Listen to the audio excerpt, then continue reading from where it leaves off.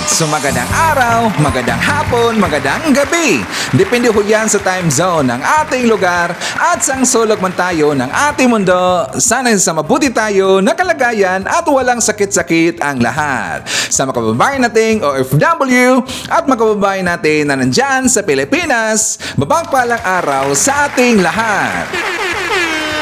Okay, so mga kababayan ko, well, tuloy-tuloy lang tayo sa ating babalita dito ng mga tamang balita at sagutin ang maling informations na ipinapakalat ng mga fake news peddlers, ng mga anti-Marcos, lalong-lalo na ng mga fentanyl bloggers mga kababayan. Yes, dapat sila sasagutin. Bakit? Kasi paghahayaan natin sila na lagi pong naninira araw-araw kay PBBM at sa Marcos Administration sa katakala mga kababayan, ang kanilang mga paninira ay maging totoo yan sa mata ng ibang tao. So dapat sila sasagutin kasi ang bagong Pilipinas, bawal po ang mga sinungaling. At syempre, kasama niyo pa rin si Sir Ivan, ang pinakabulol na vlogger sa balat ng YouTube, pero bibigay sa inyo ng mga totoo at mga preskong balita na kinukuha natin sa ating kapitbahay na social media. So magandang buhay sa ating lahat mga kabayan and happy Thursday sa ating lahat. Okay, so before na mag-start mga kabayan, well, syempre, alam na ho nating lahat na kung saan. I-check muna natin dito kung sino may mga nakapasok sa ating top 5 commenters doon sa ating last vlog. So sila po yung tinatawag po natin ng mga keyboard wars mga kabayan. At nandito sa listahan, anong una po? Si Ma'am Shane Sibal.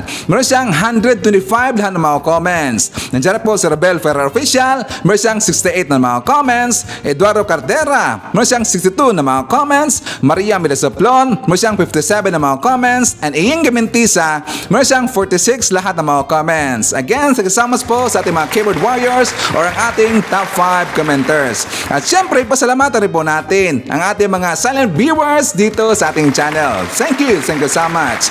And also mga kababayan ko, well, acknowledge rin po natin ang ating mga channel members. Nandyan po sila si Barbara Butler, Lia Ann, Jose Benjone Piquez, Gold Digger, Eva Ponsalan, Samuel Membrado, Cosmo Defender, Fiz Calante, Racete Rowell, and Bia Bibar. I-greet natin ang happy birthday si Red Mal Hernandez Cain. Greetings nga from Mama Cres Hernandez. And also happy birthday kay Cons Vasquez. Siya ang kuya ni Maria Victoria Vasquez from Japan. And also happy birthday kay Lailani Kikiles. Again, happy birthday po sa lahat ng mga viewers na nag-celebrate po ng kanilang birthday ngayong araw. Happy birthday! Yan sa mga kaabahan ko, siyempre i-greet po natin ang ating mga early birds. Nandyan po si Ma'am Linda Lim, Erlinda Balarasa, dyan rin po si Ninita Payao, Yolanda Talastas, Moneth Borromeo, Aurora David, Helen Zamudio, Angela Albini, nandyan po si Carmela Hammer from Germany. At siyempre i-greet po natin si Romeo Colon from New York, nandyan po si Nonay Floren Hills from Philippines, Chico, Noel Narcida, Leo Gatchalian, tsaka nandiyan po si Raul Malyare from Mercedes, Zamboanga City, and hi to Brian Baltasar, Teresita Elamil, Erwin Sinoren, Gina Agustin, and Mon Flower. Okay, so kumusta ang kababayan? Kumusta ating araw ngayon? Na-miss niyo ba si Sir Ivan? Or na-miss ba ng mga haters natin si Sir Ivan? Well, me, I missed you already. Kasi nga marami pong haters mga kababayan. Sa ating last vlog, kinoy nila si Sir Ivan. Well, as usual, ganun talaga sila mga kababayan. Kasi nga kapag hindi nila matanggap dito yung mga nangyari po from the previous administrations at saka ngayon na po naglabasan yung mga baho po na nangyari sa previous admin, hindi kasi nila matanggap yung mga kababayan kasi nga hanggang ngayon ipinagtatanggol pa rin po nila yung kanilang politikong gusto makabayan at gusto pong maupo ngayon kasi nga may plano sila dito na tatanggalin po si PBBM sa pwesto. Alam ho natin yan. Kaya kinkuig na si Sir Ivan, sabi na bobo daw ako, wag na daw ako mag-vlog makabayan, bulag daw si Sir Ivan. Bulag ba si Sir Ivan? Matagal na pong gising si Sir Ivan. So anyways, ayon po sa ating puting ahas ay hindi na po puting ahas mga kababayan. Ayon po sa ating Intel, at syempre nag-upgrade tayo mga kababayan kasi nga malaki na po ang ating talent fee dito, nadagdagan kasi ng 7 billion pesos. So meron tayong Intel. Ayon po sa ating Intel, ang ating mga viewers mga kababayan, na dahil pala nga ang di ba nag-declare na sila ng month dito na hanggang June na lang daw si PBBM kasi nga may plano sa itong ipapalabas yung Polvoron video sa month of June. Kasi nga pala, ayon po ng isang vlogger na nakita ko kanina mga kababayan, before po nag-vlog si Ivan, sabi lang kasi yan po daw ang time sa zona ni PBBM. Gusto lang i-timing po sa zona ni PBBM mga kababayan para daw kapag magsalita na daw si PBBM, i-timing nila na i-play daw yung Polvoron video para daw ma-divert yung attention ng mga tao mga kababayan mapunta na doon sa Polvoron video daw. At alam nyo ba, according po sa ating Intel, di umano na ito rin po daw i-play doon sa SM mga kababayan. I-play daw nila sa SMNI para daw ma-divert ito ang attention po ng sambayanang Pilipino. I don't think so na yan po ay mag-prosper. Bakit? Ngayon pa lang sasabihin ko dito na hindi po totoo itong Polvoron video mga kababayan. Hindi po yan totoo. Yan lang po ang kanilang pananakot lang po. Di ba kung napapansin niyo po na sinabi po ni Harry Roque, gusto lang na aakuin po ni BBM, gusto lang pagsalitaan dito sa BBM na ginawa niya yun para daw maging totoo ang kanilang akusasyon mga kababayan. Di ba sabi ho yan ni Roque kahapon? Pero ang nagulat dito mga kababayan at saka medyo delikado rin po, meron kong papaalam sa inyo. Kasi according po sa ating Intel, may nagpasa po sa atin ng isang video na kung saan ito talaga ay very alarming mga kababayan. Baliwala niyo yan, yung sinasabi lang na Polvoron video. Ito po ang very alarming. Kasi meron pong nagsiwalat ngayon na isang retired military mga kababayan na ito pong plano po ng kampo po ng mga Duterte ni Digong, ito po ay panguna po ni Digong mga kababayan, meron silang gagawin po na masama dito kay PBBM. At saka may nilagay na nga sila na month mga kababayan, next month daw, and that is April 12 to 15 yata ang sabi nila, between to April 12 to 15 may mangyayari daw kay PBBM. Ayon ho yan sa isang balita po, ayon po yan sa sumabog po na video na nilabas po kahapon mga kababayan. Mamaya pag-uusapan natin yan. At syempre pag-uusapan rin po natin.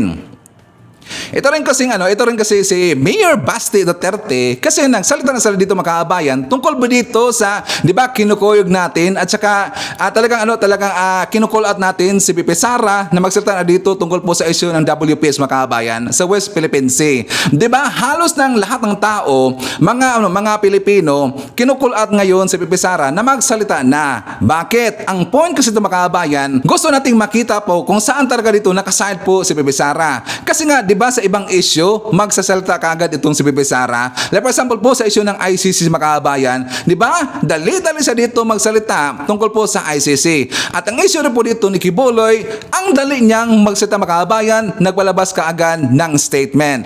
Pero dito po sa issue ng WPS, napaka-easy lang po na ikundina nila ito ang ginagawa pong kababuyan ng taga-China, dyan po sa ating kababayan po ng mga sundalo dyan sa WPS, hindi niya kayang magsalita mga kababayan. Di ba? Napaka-simple talaga, pero hindi niya kaya ito magsalita. Like for example po, di ba doon po sa issue na merong kumalat na ito daw si Pepe Sara, meron dang kalagoy makaabayan, di umano, nasadang basketballero or basketball player makaabayan. Di ba kumalat o yan? Ngayon, nagpalabas siya ng statement na hindi yan totoo. At saka kung sino ba daw nagpakalat niya na ng issue na yan, kakasuhan ng makaabayan. Tingnan nyo, ang dali po niya maglabas ng statement, pero dyan po sa issue ng WPS, hindi niya kayang magsalita makaabayan. Bakit kaya? Or baka magkano kaya?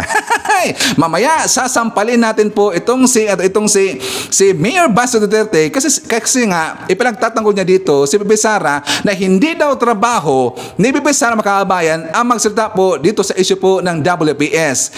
Hindi ba trabaho ng isang Vice President? Mamaya papakitaan natin siya ng ebidensya makakabayan at lalong-lalo na pag-uusapan natin.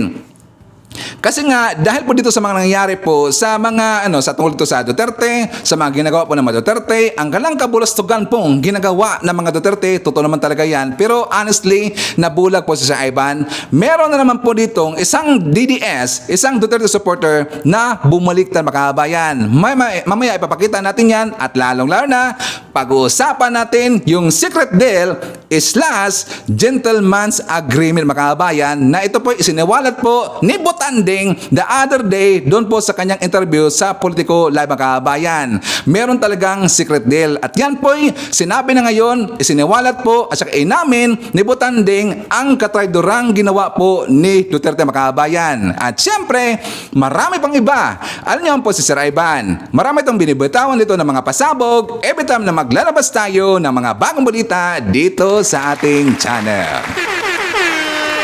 Okay, so before na mag-start mga kabayan, well, syempre, kukumustahin ko muna kayo at saka shoutout natin ating mga pinalangga po na mga legends, ang ating mga senior citizen. Hello po, kumusta? Kumusta? I'm hoping po na nasa maayos kayo na kalagayan. Kukumustahin rin ito mga kabayan ang mga pinalangga natin na mga Marcos Loyalist. Siyempre, nandyan rin po makababayan nating DDS all over the world. How are the mga kabayan? Lalong-lalo na, maraming salamat sa Unity supporters. And of course, thank you so much sa ating mga returning viewers, sa ating mga solid supporters ng Sir Ivan, mga Sugarsin Channel, thank you so much at maraming salamat sa mga viewers na hindi nag-skip ng ating mga commercials. Thank you so much. At syempre, welcome rin po natin ang ating mga new subscribers, mga bagong pasok Sugarsin Channel. Welcome to the family and thank you po for appreciating our channel. At syempre mga kababayan, huwag rin po natin kalimutan. I-welcome rin po natin ating mga kababayan pong mga viewers, mga pinklawan or mga dilawan. And also, thank you so much po sa ating mga viewers na lagi pong ginagawang radyo ang channel ng Sir Ivan every morning or every day. Ginagawa doon nilang ginagawa doon nilang radyo mga kababayan. Pang radyo ba si Sir Ivan? So anyways, una sa ating pag-uusapan mga kababayan, well, painitin ko kaagad inyong mga araw. Kasi nga, syempre mga kababayan, medyo hindi ganun kasi kadami po yung mga good news kahapon kasi nga syempre Holy Week tayo, pero dito tayo po sa mga issue mga kababayan, yung mga paninira po dito ng mga anti-Marcos, mga paninira dito ng mga DBS, hindi po nag-stop mga kababayan, tuloy-tuloy pa rin po. So dapat nandun silang sasagutin dito at supalpalin po ang kanilang mga naratibo mga kababayan. So unahin po natin, before tayo pumunta doon sa issue po ni Basti Duterte, sasagutin mo natin po yung issue po dito ni Roque mga kababayan kasi nga mismo na po siya umamin dito na meron pong secret deal or agreements or gentleman's agreement po si Duterte at saka yung presidente ng China mga kababayan. So for more details, let's watch this. Isang gentleman's agreement daw ang pinasok noon ni dating Pangulong Rodrigo Duterte at Chinese President Xi Jinping para hindi na magtayo ng mga dagdag na struktura malapit sa BRP Sierra Madre. Yan ang binunyag ng dating presidential spokesperson na si Harry Roque. Pero git niya, wala sa kasunduan ang aalisin ang sumadsad na barko sa Ayungin. The Philippines broke its promise. Yan ang paulit-ulit na iginigiit ng China tuwing hinaharas ng Chinese Coast Guard ang mga barko natin sa West Philippine Sea. Pero ano nga ba itong kasunduan na sinasabi ng China? Pagbubunyag ni Attorney Harry Roque na naging tagapagsalita ni dating Pangulong Rodrigo Duterte, nagkaroon ng kasunduan noon si Duterte at ang Beijing kaugnay sa West Philippine Sea. Nakapaloob daw sa kasunduan na ito na panatilihin ang status quo o walang magbabago sa kasalukuyang estado sa pinagtatalunang teritoryo. Ibig sabihin, walang construction materials at repair installation na gagawin sa BRP Sierra Madre. Ito po ba totoo? May secret deal po ba? Usapin sila dati? At pangalawa, do you confirm this po? Hindi po siya secret deal. Yan po ay talagang sinapubliko naman po ni dating Foreign Affairs Secretary Alan Peter Cayetano na ang kasunduan nila status quo. Walang gagalaw, walang maggagawa ng kahit anong improvements at walang magiging problema. So pagdating po sa Ayungin, ang usapan talaga dahil dito sa status quo agreement ng Pilipinas at ng China sa panahon ni dating Presidente Rodrigo Roa Duterte, tubig at pagkailangan dadalhin doon sa Sierra Madre. No? Pero ang reklamo ng mga China ngayon ay taliwas doon sa naging kasunduan nung nakaraan ay nagdadala sila ng mga repair equipment, no, para nga ayusin yung Sierra Madre. Kaya ganyan ang naging reaksyon ng China. Siguro, pagkakamali ng China, ang China kasi hindi pumapasok sa kasunduan sa mga personalidad. Akala nila pinapasok sa kasunduan sa panig ng mga gobyerno, no? So, hindi naman ata sumang-ayon ang Presidente BBM dito sa ganitong usapin. Ang akala lang nila, dahil kasunduan niya na-reach sa pinakamataas na level ng Presidente at ng Secretary of Foreign Affairs, binding on the Philippines. Siguro nagkamali sila na hindi naman pumapayag na ganun ang maging polisiya ni PBBM. No? Pero sa tingin ko, ang realidad, kung talagang patuloy na magpapadala tayo ng mga construction materials at repair materials dyan sa BRP Sierra Madre, ganyan ang maging reaksyon ng China at baka lalo pang maging agresibo. Kung may dating kasunduan na verbal sa pagitan ng dalawang Pangulo, kung iba na po ang Pangulo ngayon, hindi na po binding ito? Well, ang problema kasi hindi siya tratado. Kasi ang tratado dapat nakasulat ayon sa Vienna Convention on the Law of Treaties. So siguro doon nagkamali ang China na akala nila ito'y kasunduan sa panig ng gobyerno. Mali ang akala ng China na ipapatupad pa rin ito ni PBBM. At ang nakikita natin, hindi nga niya pinatutupad, kaya ito po mga pangyayari. Is it really just status quo? Or, kasi may binabasa ko ngayong report, this is from ABS-CBN News, na ang sinasabi ng China daw ngayon, nagkaroon ng, or Manila or the Philippines, agreed na tanggalin mismo yung BRP Sierra Madre.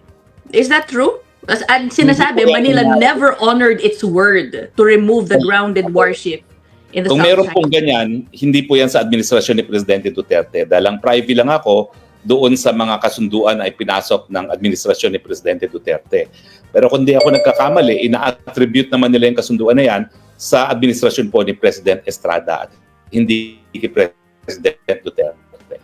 Iginiit din ng National Task Force on West Philippine Sea na walang kasunduan ng dalawang bansa na alisin ang BRP Sierra Madre. Wala ring dokumentong magpapatunay rito. Ayon naman kay Task Force Assistant Director General Jonathan Malaya, ang China ang may paulit-ulit na paglabag sa pagharang sa ating resupply mission. Nauna na rin sinabi ni Pangulong Bongbong Marcos Jr. na iligal ang mga pangakong binitawan ni Duterte sa China. Okay, so doon tayo sa point po na sinabi po ni Harry Roque Makabayan na bakit daw nakaganyan yung China, bakit daw nagalit sila lagi every time po magkaroon dito ng resupply mission doon sa BRP Sierra Madre Makabayan. Di ba lagi pong hinaharas yung ating bangka, yung barko po, yung una isa. Kasi nga ayaw po ng taga-China, hindi na sumunod yung Pilipinas sa kasunduan po ni Duterte at saka ng taga-China na kung saan na pinagbabawal na po sila na magdala po ng construction materials during po sa mga resupply mission Makabayan. Ngayon, dyan po nagkamali ang China. Pero at least inamin ho yan ng ni Butanding Makabayan na may mali ho dyan yung China. Kasi nga, di ba, naalala nyo po na meron iba nakita dito na isang balita, isang video na nung nakadarating na po, nung dumating na po yung unaysa na barko doon po sa BRP Sierra Madre at saka binigyan na po nila yung pagkain, yung tubig, yung ibang kagamitan, Makabayan. Di ba, binidyan ho sila ng taga-China? May nakita pa sila doon na construction materials. Di ba wala Makabayan? So doon talaga ito pong China, talagang kababuyan po ang ginagawa dito na kahit wala silang ebidensya dito na nagdadala po ng construction materials ang ating kababayan po mga kasundaluhan para po doon ibigay po na tulong doon sa mga kasundaluhan doon po sa BRP Sierra Madre Makabayan. Wala silang ebidensya. Kasi nga ang point dito, ang goal dito ng taga-China at saka ang kanilang target, gusto lang talaga nila dito na hindi na tayo po dadaan dyan po sa West Philippine Sea Makabayan. Parang siguro sa tingin nila, nakaroon dito ng violations po sa right of way. May violations ba ang Pilipinas sa right of way Makabayan? Or Butanding? Meron pang violation sa right of way? I think not. Wala po. Kasi nga, teritoryo ho natin yan Makabayan. Unang-una, teritoryo ho natin yan. Pilit ho yang inaangkin ng taga-China at saka dapat po Makabayan, dapat po tayo ang dapat tayo po ang makinabang dyan, dapat tayo po ang may rights dyan. Kasi nga, dito po sa ginagawa po ni Duterte, nag-violence sa Makabayan, trinidor niya ang ating sovereign rights. Yan po ang ginawa ni Duterte Makabayan. Kaya nga maraming galit ngayon ni Digong tungkol dito po sa nabalitaan nila na meron palang secret deal ang taga-China at saka si Digong. Ito po hindi talaga nagustuhan kagustuhan po ng taong bayan. Kaya nga gustong-gusto talaga dito ng ng mga Dilawan, ng Pinklawan, si PBBM kasi nga si PBBM ipinaglalaban niya ang West Philippine Sea at ayaw na ayaw po. Even a small square inch, si PBBM gusto niyang ibigay doon sa taga-China, wala makabayan, bawal na bawal yan at ayaw talaga yan ni PBBM. In a square inch, hindi pwede makabayan kasi nga atin po ang teritoryo na yan at dapat ipaglaban ho natin yan. Yan po ay taliwas dito sa sinasabi po, sa ipinakita po na karakter ni Digong na napakaastig pa naman, sabi niya, at saka marami pong natatakot sa kanya, hindi rin siya weak leader. Pero sino dito ang weak leader ng makabayan? Di ba si Digong, naging puppet siya ng taga-China, naging sunod-sunod siya ng taga-China, at pilit pa nga niyang ginawang gift yung pong ayungin siya makabayan kasi nga ayon po sa kanilang secret deal or agreements or gentleman's agreement, bawal na po silang iayusin po yung barko doon kasi kapag sakaling masisira na po yung barko doon makabayan at saka lulubog na po, magiging sa taga-China na kasi yung area na yan. Kaya ayaw po ng taga-China na yan po ay ayusin makabayan. So ganun po talaga talagang naawa tayo doon sa panahon po ni Digong Makabayan. Kasi nga siyempre, nung panahon na yon, wala pong construction materials na ipinapadala po during po sa resupply mission. Ang gusto ng Makabayan, magiging junk shop lang po. Magiging junk shop yung barko po sa BRP Sierra Madre para po yan masira Makabayan. So ngayon, pag-usapan natin yung sinabi rin po ni Rocky na kung saan, di ba, merong sinabi po yung ABS-CBN makabayan. If I'm not mistaken, ipapakita ko lang po sa inyo. Sabi kasi sa balita, Beijing, Manila never honored its word to remove grounded warship in South China Sea. Yung BRP Sierra Madre makabayan. Hindi daw tayo sumunod doon po sa kasunduan na tatanggalin na daw yung BRP Sierra Madre. Di ba sabi po ni Rocky na hindi niya daw alam yan, baka siguro sa panahon po doon kay Estrada makabayan. Actually, research ko yan. Totoo po makabayan, may ginawa pala itong si Estrada. At sabi to sa article na nabasa ko, makabayan, sabi dito, when Estrada, who was drawing his country closer to China, reversing his pro-US predecessor, President Ramos, learned about it, he directly ordered the Navy to tow away the two ships so it wouldn't become an issue when China's primer Zhou Rongji arrived for a state visit in November 1999. The Navy got to tow away the one at Scarborough Shoal but dragged its feet in removing the one at Ayungin Shoal. Sabi dito, however, the pro-China Foreign Secretary Domingo Siason told the infuriated Chinese that the Philippines would remove the BRP Sierra Madre but would have to do it later. One source said makabayan, because the military was incensed over the Estrada's directive. So ang ibig sabihin makabayan, may nangyari pong pag-uusap doon po sa issue po ng West Philippine Sea at saka napag-usapan na doon yung BRP Sierra Madre na may plano talagang tatanggalin. Pero hindi yun natuloy makabayan. Hindi natuloy, so hindi natin alam po sa dahilan o hindi natin po alam dahilan, pero may plano po si Estrada na tatanggalin po yung BRP Sierra Madre at saka susunod siya doon po sa utos po ng China makabayan o sa gusto po ng China. So dapat nga na ito rin pong si Estrada ipapatawag rin po dyan sa Senado or not sa Senado makabayan. Bakit sa Ivan? Kasi nga ang Senado, marami pong tauhan dyan po si Digong Makabayan. Baka kasi maging bias So para sa akin ang dapat ang tatawag dito yung sa Kamara. Kasi nga sa Kamara, walang congressman doon na pabor dito kay Digong Makabayan. So yan po yung magandang laban po, magiging fair ho yan. Dapat ipapatawag rin po aside po itong si Botanding, aside po kay FRD, dapat rin po si Estrada ipapatawag niya Makabayan kung ano talaga ang totoo dito. At paano rin po yan masusolusyonan ni BBM at paano yan ang tawag doon makabayan. Basta masolusyonan ho yan. Kasi nga, di ba, ang nanawagan ngayon si Rocky Makabayan, nanawagan siya kay PBBM na dapat daw kausapin po ni PBBM ang taga-China kung paano ho yan maresolba. Nanawagan na siya ngayon, nagmamkaawa siya na dapat daw kausapin po ni PBBM yung Presidente Makabayan ng China. Ngayon, ipapakita ko sa inyo kung gaano dito yung but-buton makabayan, napakasinungaling itong si Digong Makabayan. Totoo lang, pasensya ho sa mga DDS na matinino dito na talagang hanggang ngayon tiwala pa rin po kay FPRD. totoo lang, ipapakita ko sa inyo yung ebidensya na siya po ay nagsinungaling mga kababayan. Una dito, naalala nyo ba na meron siyang state visit? Meron siyang salo-salo ng mga kababayan. Isang nabigay siya dito ng statement kung saan sabi niya na meron ng word of honor itong presidente po ng China mga kababayan. So for more details, let's watch this. Ganoon na lang ang respeto ko kay Xi Jinping. Matakot ka. Sabi nila, they will not build, they assured us, they will not build anything there sa Scarborough Show. Maniwala kayo kasi yan ang commitment sa akin ng China. And galing kay si Xi Jinping mismo nagsabi, and he's a man of honor. And he's a man of honor. And he's a man of honor. Diba? Sabi niya, si Xi Jinping makabayan is a man of honor.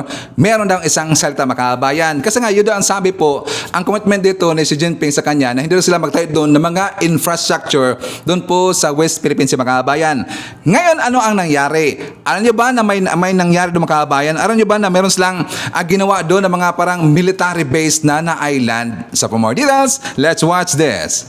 Ayon sa Asia Maritime Transparency Initiative, gumawa ang China ng mahigit 1,200 bagong ektarya ng teritoryo sa West Philippine Sea. 3 sa mga artificial islands ayon sa US Pacific Command, fully militarized na at merong airstrips, fighter and bomber jets at mga missiles. Ito ang Mischief, Subi at Fiery Cross Reefs. Kung sakali, ano po ang bago sa ulat na ito at bakit may pangamba ang DFA? Ito ang 4 na lugar na ayon sa Bloomberg ay may pinakabagong aktibidad ng China. Lahat sila pasok sa exclusive economic zone ng Pilipinas. Pero kung kumpirmado kasi ang ulat ng Bloomberg News, ang isa sa mga ito ay 4 na nautical miles lamang mula sa Pag-asa Island, ang pinakamalaking hawak ng Pilipinas sa West Philippine Sea. O, di ba? Ngayon, FPR Day. Si Xi Jinping ba ay man of honor? Meron bang word of honor? Di ba mga kabayan, talagang inuto tayo noon ni Digong. Sinong nauto kay Digong? Hey! At least nalaman na natin dito po yung totoo niyang karakter mga kabayan. Talagang grabe no? Grabe yung katraidoran talaga dito ang ginawa po ni Digong sa atin. Gusto niyang ibinigay niya as a gift dito yung ang ating teritoryo mga kabayan. Otin po natin, wag na wag tayong papayag na ibibigay po or kukunin po ng taga-China ang ating teritoryo mga kabayan. Hindi po yan dapat na mangyari. Dapat ipaglalaban ho natin yan. At saka tayo po napakaswerte ho natin kasi nga si PBBM po ang ating Pangulo ngayon at ipinaglaban po niya ang ating teritoryo mga kabayan. So ngayon, pag-uusapan na natin si Mayor Basti Duterte. Basti, mukha yatang ub-ub tong gunggong na to. Kasi sabi niya, syempre, normal makabayan. Kasi nga, kinuwig dito. Sorry nga pala. Hindi nga pala si Basti makabayan. Si Pulong Duterte nga pala. Sorry. Si Pulong Duterte nga pala. Kasi nga si Pulong makabayan, nagsalita na ho dito. Kasi nga, ipinagtatanggol niya dito si BP Sara na dahil nga kinuwig siya ngayon ng mamayang Pilipino, gusto kasi ng mamayang Pilipino na pagsalitain na, gusto po na dito na ikundin na po si BP Sara yung ginagawang kababuyan po ng taga-China dyan sa West Philippine Sea. Pero hanggang ngayon, di ba, tikong bibig pa rin po si BP Sara at saka no comment pa rin po ang kanyang sagot mga kabayan. Walang sagot, no comment lang talaga. Or blank na talaga, blank. Ngayon sabi po dito Sabi po ni Pulong Duterte makabayan, sabi niya, bakit si BP Sara ang idinidiin sa WPS issue? Sabi po ni Pulong Duterte, it is not the job of the Vice President or the Secretary of the Department of Education to demonize China or any country for that matter. We can see this task is your assignment. Sabi daw dito ni Davao City Mayor Pulong Duterte. So ibig niya sabihin makabayan, sabi niya dito, we can see this task is your assignment. Sino ang kanyang pinagsabihan makabayan? Si PBBM. Okay, sabi niya, babalikan ho natin, si Pulong Duterte, bakit daw dinidiin dito sa WPS issue itong si BP Sara? Hindi niya daw trabaho makabayan. Hindi nyo ba alam o hindi ba alam ni Pulong Duterte na according po sa ating Constitution, trabaho rin po ng isang Vice President na maging membro po sa Security Council makabayan. Ang ibig sabihin, trabaho rin po niya dito magbigay po ng advice tungkol ito sa seguridad po ng ating teritoryo o ng ating bansa. Bakit mo alam, Sir Ivan? Siyempre sa Google. Siyempre, nag-research tayo sa Google makabayan. Ipaparinig ko lang po sa inyo para meron tayong idea, okay?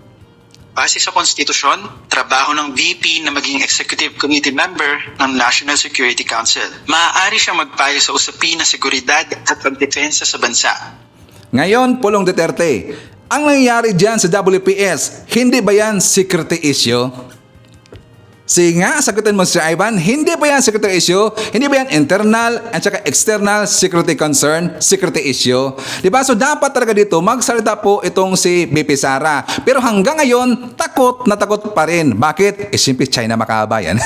Takot sila sa China kasi sila po puppet dito ng taga-China. Pero buti pa nga si Leni Robredo makabayan, nung time po siya pa ay Vice President, alam niya ang kanyang trabaho, alam niya ang kanyang ginawa. Bakit? Doon po sa issue po ng West Philippine Sea, sabi po ni Leni Robredo makabayan, hindi ito basta-basta isinusuko o binibigay sa iba dahil lamang kinakatatakutan natin sila. Obligasyon nating pangalagaan ang ating teritoryo, pati na ang kapakanan ng lahat ng nakatira dito. So pwede pa si ex-BP makabayan, si Leni Robredo, alam niya ang kanyang trabaho, pero bakit hindi to alam ni BP Inday Sara? Di ba makabayan? Mukhang uub talaga eh. Parang kulang talaga sa research eh. Sorry sa words. Pero talagang itong si Pulong Duterte, sana hindi lang siya nagsalita dito. Naging uub tuloy. Sasampalin natin ng ebidensya. Nagaling-galingan eh. Di ba? So para sa akin talaga dapat magsalita dito si BP Sara. Kasi nga, during sa mga issue kay Kibuloy, di ba? Ang dali niya magsalita makabayan. Ang sabi pa nga niya doon kay Kibuloy na marami sa atin ang naniniwala na ang dinaranas ngayon ni Pastor Kibuloy ay isang pandarahas at hindi patas. Narapat lamang nabigyan ng patas sa laban at sa tamang korte. Pero sa WPS issue, wala nga makabayan tikom bibig. Nakakatawa naman, di ba? So, okay makabayan, before na mag-jump sa next topic, well, shout out natin. Kasama po natin si Nieves Banaag from UAE. Hi to Arturo Garcia, Liani Red, nandiyan po si Angelita Hosanger, Rose Guevara, Maite Baisa, John Flower. Hi to Rosalina Hages, nandiyan po si hi to Susan Birondo. Shout out po natin ang mga trabahante, mga workers dyan sa Al Sadhan Nasim Store. At shoutout po kay Roy Miranda. At syempre kasama rin po natin si Biyahe na EJTV from South Korea, Bibian from Quezon, and hi to Merjane Tan. At nandiyan rin po si Shannon Reyes. At saka shoutout daw kay Lynn Sorbito from Muntinlupa City. Okay, so pag-uusapan na natin ito pong si Baste makabayan. Kasi nga ito po tungkol po sa kanyang declaration, tagalan na sabi niya, nag-declare na siya ng war on drugs doon po sa Davao City makabayan. At saka as of this moment, meron na pong 8 na namatay po na suspect na makabayan. Sa drug lord or drug pusher, suspect pa daw. Suspect pa, pinatay na makabayan. Kasi nga ipinairal niya dito, yung tukhang style, yung style po ng kanyang papa, FPRD style makabayan. Pero sa akin, parang hindi naman bagay kay hindi bagay po kay Pulong makabayan. Hindi talaga bagay eh. Di ba mas bagay pa siguro doon kay PRD, pero doon kay Pulong, wala. Lause, napaka-lause makabayan, hindi bagay sa kanya. So, ginamit niya ang style po ni PRD na makaroon dito ng tukhang or war on drugs doon po sa Davao City makabayan. Pero siya po dito'y kinuwestiyon at siya po dito'y iimbestiga makabayan. So, before tayo magbigay po ng ating opinion sa analysis po dito sa issue po ni Baste, ipapakita ko muna sa inyo yung balita. So, for more details, let's watch this. Sinibak sa pwesto ang 7 pulis sa Davao City. Kasunod dyan ang pagkasawi ng 7 ring suspect sa police operations mula nang ideklara ni Mayor Baste Duterte ang pinaigting nilang gera kontra droga. I hereby declare a campaign that this city is at war against drugs. Kung di mo mohawa, di mo undang, patyon tamo. Mula nang ideklara ang gera kontra droga ni Davao City Mayor Baste Duterte nitong Biyernes hanggang kahapon, umabot na sa 7 ang mga napatay sa mga anti-illegal drug operations sa lungsod, ayon sa PNP. Pero kung susumahin, 28 na ang napapatay sa Davao City mula Enero hanggang ngayong Marso. Sabi nga po ng ating Chief PNP, one death is too many. Kaya nga po pinaiimbestigahan po ito ng PNP leadership. Nirelieve at dinesarmahan na raw ang mga pulis sa sangkot sa operasyon habang nagsasagawa ng masusing investigasyon ang Internal Affairs Service ng PNP kung nasunod ba ang Police Operational Procedure sa mga isinagawang buy-bust operation. 7 pulis Davao na ang nirelieve. If the investigation will show there is a patent a display of irregularity and negligence on the part of the team leader, supervisor up to the level of city director, then let acts fall on them. Nakausap na rin daw ang hepe ng Davao City Police. Sinasabi po niya at pinaninindigan po niya na legitimate naman po itong police operation. Naaalarma ang Commission on Human Rights o CHR. Ongoing po yung aming investigation na ginagawa ngayon. Ang tinitingnan namin ay una, totoo bang nanlaban itong mga tao na ito. Tanong mga kabayan, nasolbad ba o nasugpo ba yung yung drugas diyan sa Davao City noon ni EPRD kahit na-declare siya dito ng war on drugs or plus may tukhang mga kabayan, mayroong AJK nangyari? Nasolbad ba? Please comment down below. Para sa akin mga kababayan, hindi naman pwede dito o hindi naman talaga dapat na magkaroon dito ng tukhang. Kasi kapag tukhang mga kababayan, marami kasing madadamay dito na mga inosenteng tao. Dito pa lang po sa balita, di ba? 5 drug suspect, mga suspect mga kababayan, pinatay na kaagad. Hindi naman kasi natin alam na sila talaga dito yung mga drug lord o sila mga tulak dito. Sila pa lang po yung drug suspect. Bakit hindi yan iimbestigahan at saka kasuhan mga kababayan kung sila man dito yung nagtutulak o sila ba dito isang drug lord? Di ba lagi lang sinasabi, lagi lang sinisigaw dito sa issue po ni Kibuloy, bakit daw hindi nakaroon dito si Kibuloy po ng due process? Pero bakit ang issue po dito sa tukhang, sa mga biktima po dito sa tukhang mga kabayan, dito po sa issue po sa Davao City, nakaroon ba ng due process? Di ba wala? Pero ngayon nag-iingay sila dito sa issue po ni Kibuloy. Bakit hindi lang nabigyan dito ng due process si Kibuloy mga kabayan? Di ba? Parang katangahan talaga eh. So para sa akin, hindi na po kailangan ito ang tukhang. Bakit? Napatunayan ho yan sa panahon po ng Marcos administration sa admin po ni BBM na bumawa po yung crime rate sa Pilipinas even though wala pong tukhang dito or wala pong EJK nangyayari mga kabayan. Di ba bumaba po? So talang good job dito sa Marcos admin kasi hindi lang ginamitan to ng tukhang, unlike po doon sa time po ni EPRD na samantalang yung tukhang na yun, marami tang nagalit doon, maraming nalagas po na mga buhay at sa marami pong nadadamay doon na mga inosente mga kabayan. Sa panahon po ni PBM, wala pong inosente na nadamay dito. Wala pong tukhang na nangyari mga kabayan, pero bumaba po ang crime rate sa Pilipinas. O dapat ganun po ang ginagawa po ni Baste Duterte. Dapat gayahin niya ang style po ng Marcos administration. Okay, so ipapakita ko na po sa inyo mga kabayan kung ano ba ito ang masasabi po ni Mike Abe. So for more details, let's watch this. Alam ba ninyo na si Mayor Baste Duterte ng Davao City ay merong inilunsad na war on drugs? Ibig sabihin may mga illegal drugs sa Davao. Kaya nagiging controversial ito. Ito pag sinabing war on drugs parang related sa tukhang.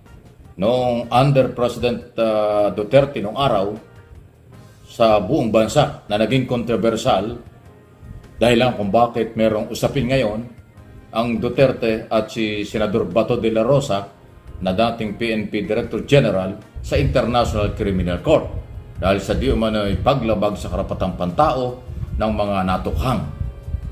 Kaya ito ay magiging controversial dahil hindi po ito, kung di ako nagkakamali, ang policy ng Pangulong Marcos. From day 1, mula nung June na siya umupo ng 2022, ang sinabi niya, tuloy ang kampanya laban sa illegal drugs. Pero rule of law. Ibig sabihin, imbestigahan, kung may ebidensya, kasuhan, dalhin sa korte at magkaroon ng due process. Irespeto ang karapatang pantao, buhay ng mga sibilyan sa kampanyang ito. Pero ang direktiba ng Pangulo, tuloy ang kampanya sa illegal drugs. Na kakaiba ito dun sa war on drugs ni Mayor Baste Duterte. At ang report ngayon, initially, merong 4 o 5 na umano ang naging biktima, casualties sa war on drugs sa Davao. So tama yung kampanya, labanan ng illegal drugs. Pero yung pamamaraan, yan na naman ang magiging controversial. Kasi iba sa policy ng national government na ipinag-utos ng Pangulo noon sa Philippine National Police at Philippine Drug Enforcement Agency at lahat ng mga law enforcement agency na kumakampanya laban sa illegal drugs. So para hindi ho kayo malito, baka akala ninyo kinukonsinti ang illegal. Lahat ng illegal bawal, pero may tamang pamamaraan ng kampanya. At doon sa war on drugs, mukhang hindi pwede yun. Dahil nga, nakasalalay dyan ang buhay ng sibilyan, nakasalalay ang buhay ng mga inosente or mga maliliit na Pilipino kapag natukhang na naman dahil war on drugs. Totoo na kahit may kampanya noon, meron pang rin drugs. Pero marami na rin nakumpiska, nahuli at kinasuhan ng PIDEA at PNP.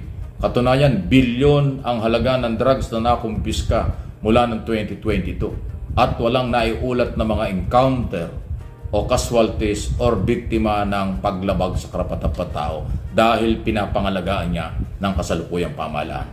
Itong sa Davao ngayon, iba ang galaw because Duterte. Yan ang style ni dating Pangulong Duterte na ngayon ay ipinatutupad nitong si Mayor Baste Duterte na anak. So, kayong mga taga Davao, so ingat na lang po kayo dyan at nasa inyo yan kung kayo isang ayon dyan o hindi. Ang akin naman dito ay pagpapaliwanag lang ng policy ng national government at yung ginagawa ng local. Challenge ito kay Mayor Baste Duterte at kay Secretary Benhur Abalos kasi under ni Abalos as DILG Secretary ang mga local executive from governor down to barangay chairman. Merong say, may power, may authority ang DILG sa halimbawa ay pagdisiplina o pag-suspended o kung ano man ang operasyon na gagawin. Nasa power yan ng Department of Interior and Local Government. Pero sana hindi umabot doon. Kailangan lang siguro may paliwanag na mabuti ni Mayor Duterte kung ano yung paraan ng kanyang war on drugs. Kasi yung words na yan, lingwaheng yan, o yung war on drugs na yan, ay kinatatakutan.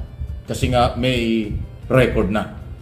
Sa 6 na taon under former President Rodrigo Roa Duterte at General Bato de la Rosa bilang PNP chief noon, na ngayon ay senador na, sa record ng pamahalaan, PNP at ng DOJ, mahigit na 7,000 ang casualty sa kampanya. Diyan sa isyong yan. At ang record ng mga sibilyan o ng mga ibang grupo na hindi konektado sa gobyerno ng mga panahon yon, na doble o baka daw na triple. Ibig sabihin, kung 7,000 ang record ng gobyerno ng panahon yon, baka umabot ng 20 sa side ng monitoring ng mga human rights advocates. Yung mayroong advocacy tungkol dyan. Kung yung mga gugunita, yung oposisyon ang nag-file ng kaso before International Criminal Court tungkol sa human rights violation na ngayon ay controversial na nag-iimbestiga ang ICC at baka nga doon lumabas pa yung warrant of arrest. Ayan na naman. Okay? So, pakinggan lang mabuti. Wala tayong kinakampihan dito. Paalaala lang yung policy ng nakaraang gobyerno at policy ng kasalukuyang gobyerno. May national policy ang kasalukuyang pamahalaan. Sa aking opinion, interpretation, yan ang dapat sundin ng lahat ng local executive sa buong bansa. Pero hindi po pinagbabawalan ng kampanya. Karapatang pantao ay dapat lang pangalagaan. Kaya nga, hindi sang-ayon ang kasalukuyang gobyerno sa war on drugs. Kampanya lang. Habulin, hanapan ng ebidensya, kasuhan, dalhin sa korte ang mga usapin. Lalo na kung may mahuhuli sila. Hindi kaagad-agad ay may mga tukhang or karasan. Ayan. Okay, so itatanong ko lang dito mga kabayan, ano ba ang okay sa inyo? Yung war on drugs po ni EPRD o ang war on drugs po ng Marcos administration? Please comment down below at babasahin niya mamaya ni Sir Ivan. So, before tayo mag-jump po sa next topic, dito ko na po i-reveal sa inyo mga kabayan na meron pong nagsalita ngayon na isang retired military tungkol po sa plano po ni Digong dito kay PBBM. Masamang balak mga kabayan. Before that, isa naman natin, nandyan po kasama natin yung araw si Jillian Quezon, hi to Mingay, nandyan po si Carlito Avela, and hi to Avela family na nandyan sa San Pablo City, Laguna. Isa po natin si Robbie Arsiga from Sudan, hi to HMB TV from Rojas City, Capiz, nandyan po si Margarita Alunar from Singapore, hi to Ashin, nandyan po si Evelyn Garcia, hello sa mga taga Trisi Martires, Cavite, hi to Lorna Tanigoche. Nandiyan po kasama natin si Daniel Fernandez from Manila. Okay, so alam niyo mga kababayan, kilala ba natin si retired military si Walde Carbonell mga kababayan? si Waldy Carbonell, nagsalita na siya kasi nga ayon po sa kanyang intel, may nakaabot po sa kanya mga kabayan na may plano palang kudita. Ito pong grupo po ni Digong this coming April 12 to 15 yata yon ang date na yon. Kasi nga talang eager na eager sila dito na pabagsakin po si BBM. Gusto nilang alisin po sa posisyon bilang presidente at gusto kasi nila na iupo po kaagad itong si BP Sara mga kabayan. Bakit? Kasi ang tingin ko dito mga kabayan, kasi nga diba nabukbukan na sila ngayon sa mga issue at naglubasan ngayon ang baho po ni Digong, mga baho po sa ginawa po ng mga Duterte doon po sa Davao City. Naglabasan kasi lahat kasi sila po ngayon nagmamadali na tatanggalin na po sa pwesto itong si PBM kasi hindi na nila nagustuhan mga kabayan. Nabukbukan na sila ng taong bayan. So para meron tayong ebidensya, ipapakita ko sa inyo yung vlog po ni Waldy Carbonell. So for more details, let's watch this. Mga kaibigan, ang ating pong ibubunyag ngayon ay masyado pong masela na paksain sapagkat ito ay isang gawain na involved po, kasangkot po rito o mamamahagi po nito magiging haligi ng pangyayaring ito. Ang pangaagaw ng kapangyarihan sa Malacanang ay walang iba kundi ang armadong military. At ang nasa likod po nito ng disenyong ito ay walang iba kundi ang dating Tabjawawenyo na alkalde, naging pangulo ninyo. Ang pangalan ay Rodrigo Traidor Duwag Duterte. Siya po ang pasimuno nitong kodita na gagawin. Naka-schedule po ito next month, April 10 to 15. At dahil po rito, ating pong pinasasalamatan ang ating pong mga kontak sa kanan at sa kaliwa ng ating pong lipunan. Alam po ninyo, ang buhay ng isang mamamahayag o journalist na pareho ko ay nandyan po sa mga koneksyon kung saan nanggagaling ang balita. Nanggaling po itong feed na ito o itong impormasyon na ito sa isang mataas na opisyal ng military. At siyempre, kasama po sa Code of Ethics o kaugalian na sinumpaan ng media ay hindi papangalanan ang kanyang informer o kung saan niya nakuha ang informasyon. Ika nga, yun po yung Code of Confidentiality. Ngunit, pareho po na aking pagbubunyag noong araw hinggil po sa plano ni Duterte na ipasara ang ABS-CBN. Tayo po nanguna na magbalita niyan 4 months bago po isinagawa nila Congressman Remulla, Congressman Defensor at si isa pang kongresistang party list, mga kaibigan, na nanguna sa pagpapasara ng ABS-CBN. Ngayon, ang ating pong advance information galing po sa isang mataas na opisyal ng military na nagsabi sa akin in confidence na magkakaroon ng kudita. Kudita, mga kaibigan, ang ibig po sabihin niya ay armadong pag-aaklas ng mga sundalo upang maagaw ang liderato ng isang bansa. Kudita. Yan po ay galing sa salitang Frances. At ito po ay gagawin nila at ito ay sinatagalog na sapagkat ito yung mga pag-aaklas ng military na pinasimulan nila Gringo Honasan noong 1986 pero hindi po nagtagumpay labang kay Cory Aquino.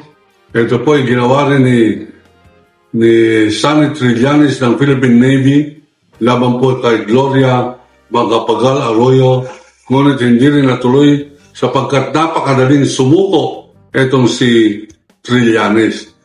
Ngayon, mga kaibigan, ang may pasimuno po nitong kudita na darating ay hindi po military kundi financier o funder ng military ng pangalan ay Digong Duterte. Mga kaibigan, yan po ang ating pong pagbubunyag at yan po ang nakatakdang mangyayari ngayong Abril. At siguro, dahil sa pagbubunyag na ito, baka po maiurong nila yan ng mga 2 buwan, 3 buwan. Pero yari na po ang programa na ang iuupo na bagong Pangulo ng Republika ng Pilipinas sa pilitan ay walang iba kundi si Sara Duterte. Kasama po sa plano na yan kung bakit hindi tumakbo bilang Vice President itong si Rodrigo Duterte. Sapagkat ang plano po nila mailuklok bilang Pangulo itong si Sara Duterte bago po matapos ang taon 2024. At ito po ang ating pong pinagbibigay alam sa inyo sapagkat ayaw po natin na ang mga Pilipino ay parati na lamang nahuhuli sa balita. Pareho po ng paggawa ng mga hakbangin ng China sa ating pong mga karagatan. Huling-huli po tayo. Parati tayong kulelat sa balita sapagkat ang nangunguna ngayon sa balitaan ay mga vloggers. Alam po ninyo, itong mga vloggers, dalawa lamang po yan. Dapat po yan ay 3 o higit pa. Pero ngayon, 2 lamang. Yung isa, tagapagtanggol ni Marcos. Yung pangalawa, bayaran ni Duterte. Ibig sabihin, pag ikaw ay nagtatanggol kay Marcos, ikaw ay bayaran ni Marcos.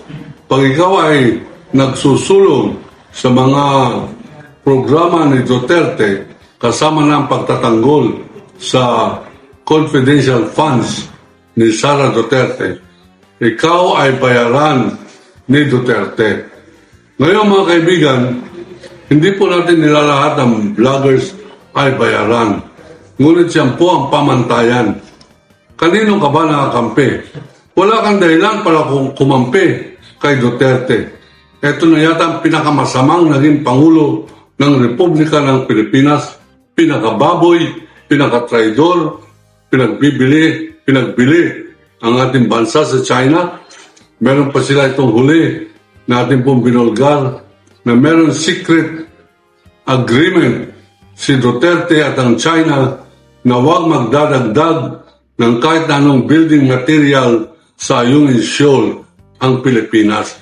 At huwag papabayaan ng kanila pong mga barko ay maantala ng mga sasakyang pandagat ng mga Pilipinong mangingisda sa sarili nating karagatan. Pumayag po si Duterte dyan. Ang tawag po dyan sa English, treason. Ang tawag po sa wikang Pilipino, traidor, katraidoran. At yan po ay walang kapatawaran sa larangan ng politika at larangan po ng liderato at soberenya ng isang bansa. Kaya po pinapangalanan natin si Duterte na isang napalaking traidor na kung sino man hanggang ngayon ang nagtatanggol kay Duterte ay traidor din sa bansang Pilipinas. Sapagkat ang pinagtatanggol ninyo isang taong nagtatanggol sa sumasakop sa atin sa China. At ito naman si Marcos, dapat po magpakita ito ng paninindigan. Hindi na yun nababalitaan natin sa mainstream media. Philippine Navy urges the presidency to make a stand, a strong stand against China. Sa wikang Tagalog, ang Philippine Navy, liderato ng Philippine Navy, ay inudyukan si Marcos na magkaroon ng matibay na paninindigan laban sa pananakop ng China. Hindi na kinakailangan yung mga ganyang pag-udyok sapagkat kayong lahat ng military ay under ng Commander-in-Chief of all Armed Forces of the Philippines. At dapat susunod lamang kayo. Ngayon, pag ayaw ninyo yung kanilang palakad, tama nga yung kudita. Pero itong kudita na pinaplano ni Duterte ay mali.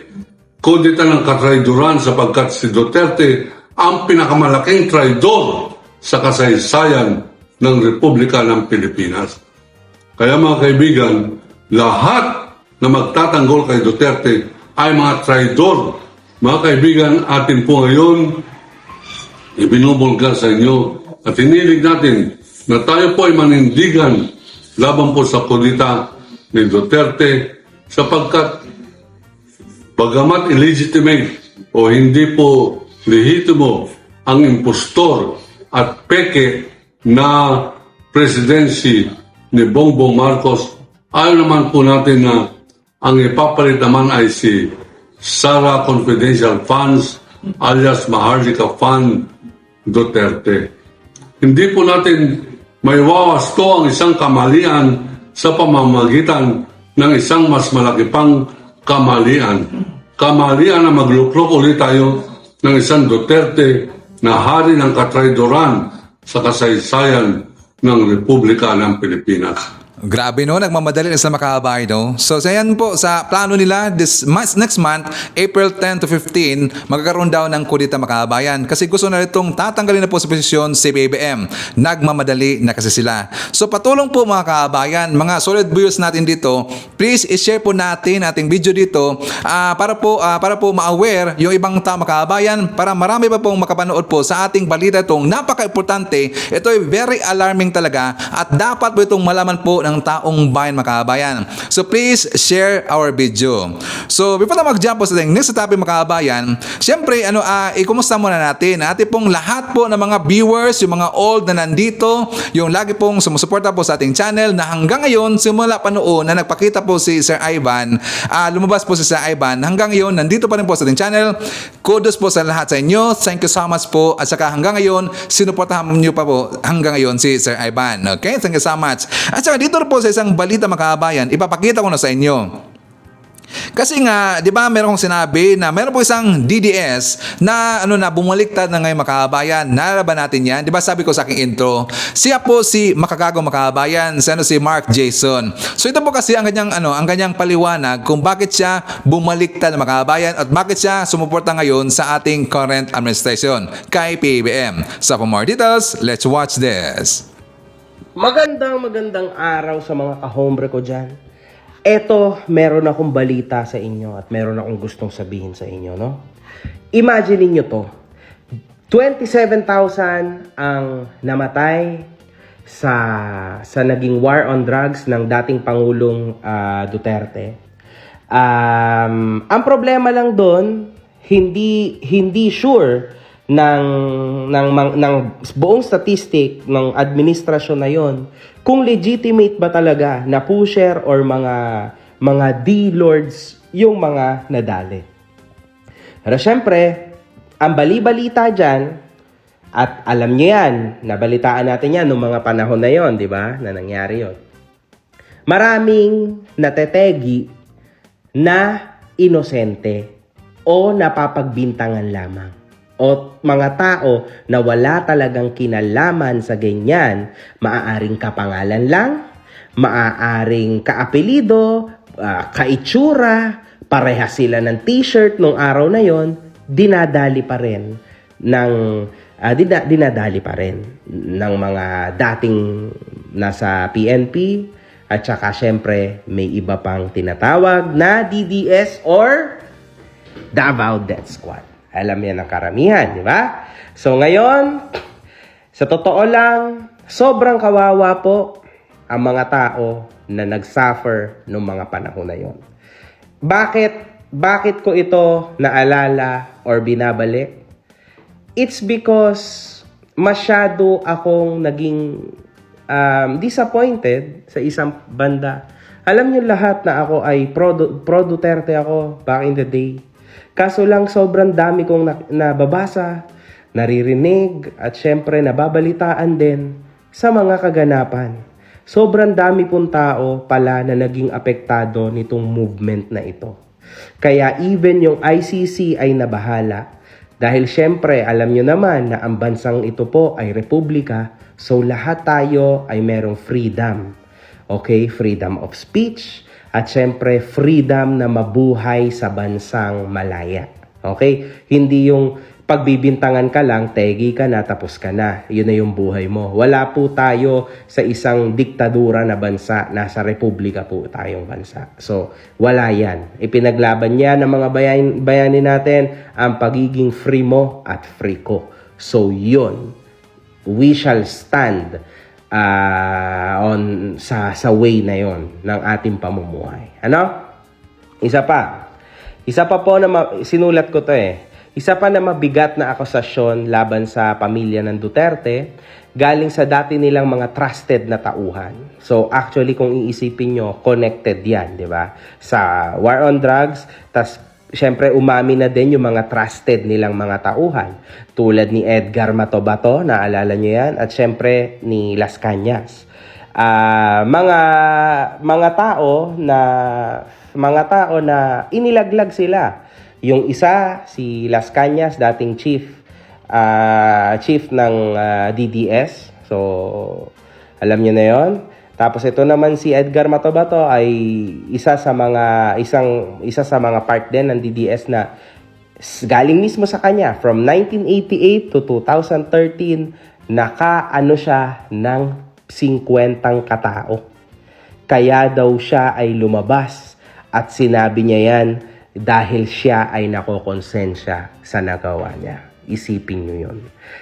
Initially daw, yung mga nadali niya, yung mga pinapagawa sa kanila, yan po ay wala lang, kumbaga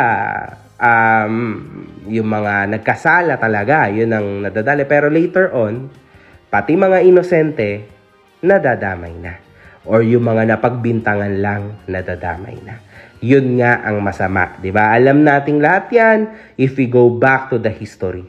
Even po yung martial law, di ba? Kaya nga hindi siya ganung naging maganda. Ang ganda ng plano ng ating Pangulo, na ating ex-Pangulo na si Marcos.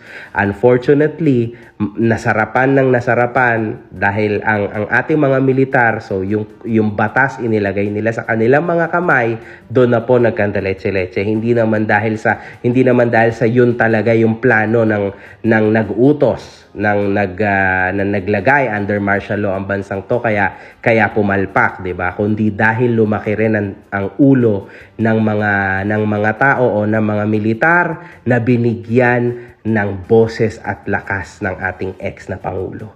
Ganon din po ang nangyari sa mga DDS na ito. Initially, maayos naman yung naging war on drugs, and then eventually umabot po sa ulo nila ang power, kaya lumaki ang ulo, di ang naging ending, alam nyo na. Pati mga walang kinalaman, nadadamay na.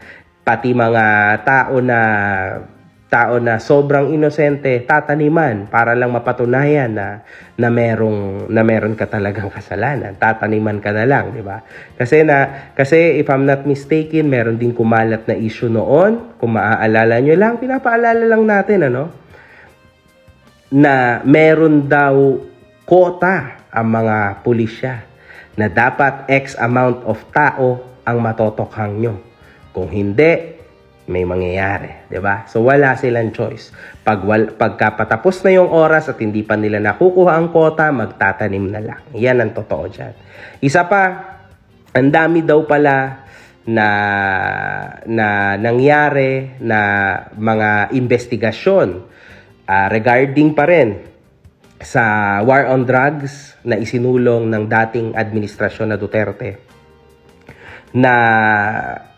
na puro imbestiga na lang, na sa huli walang nangyari, 'di ba?